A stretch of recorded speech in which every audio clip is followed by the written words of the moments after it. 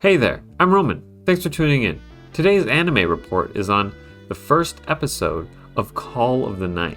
This episode opens with a very pretty cityscape, and we get a shot of a girl that pans up from behind.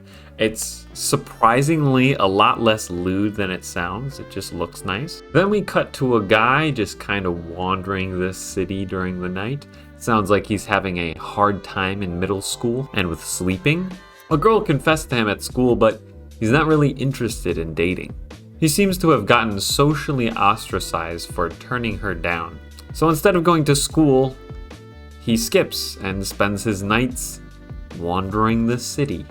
After a while, this guy is approached by a mysterious girl. She teases him some and then goes around showing him cool things around the city, like drunk people. Wow. And then after showing him a few things, she goes ahead and takes him to her place. Not really as a sexual thing, but as more of like a, I'm gonna help you sleep good type thing. He's a naive 14-year-old, so I don't really blame him for doing something that sounds so sus. Anyway, after a while, he pretends to fall asleep because of course he couldn't sleep in that situation. And while he's laying there, the girl starts drinking his blood. He responds to her drinking his blood by basically asking, "Did you just drink my blood?" To which she basically says, "No."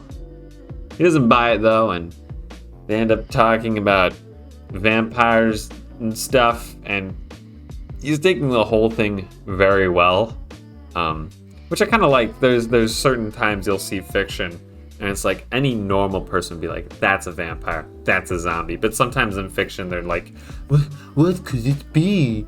It's like they don't know vampires or zombies exists as a concept.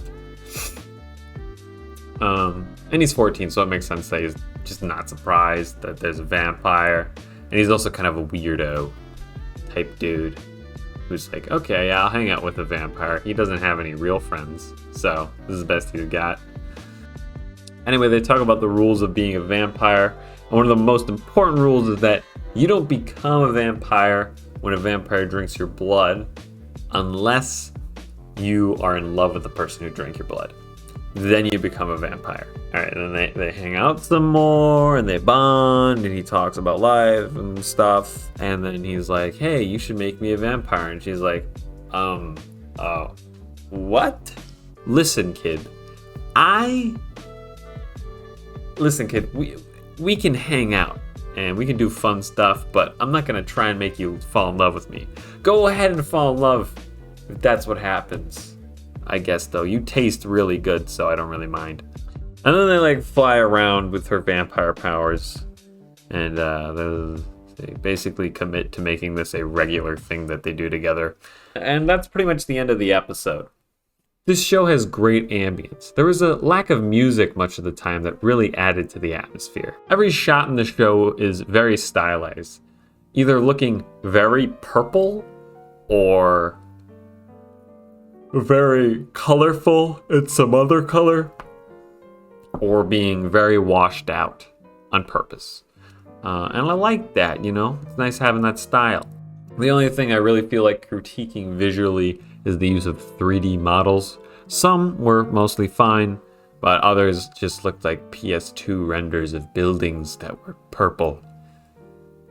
So, you know, it kind of took me out of it a little. Overall, I think the show has a great aesthetic visually and auditorially. The plot and story are mildly interesting. I think it'll lead to many cute moments between these two characters. And you know what? I'm curious for episode 2, but honestly, I mainly want to keep watching for the aesthetic. Anyway, that's today's anime report. I'll see you guys again tomorrow.